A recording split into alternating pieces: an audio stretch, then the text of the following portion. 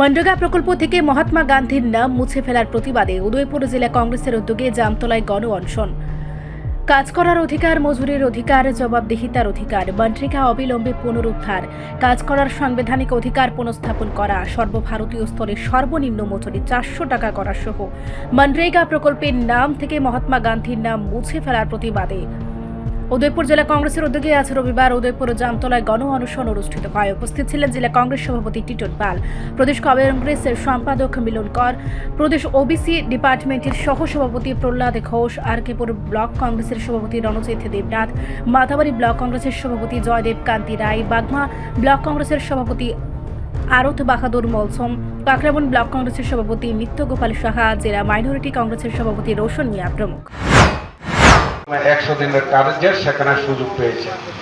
কিন্তু আমরা বর্তমান সরকার দেখলাম নরেন্দ্র মোদীর নেতৃত্বে কেন্দ্রের যে সরকার রয়েছে সেই সরকার সম্পূর্ণ পরিকল্পিতভাবে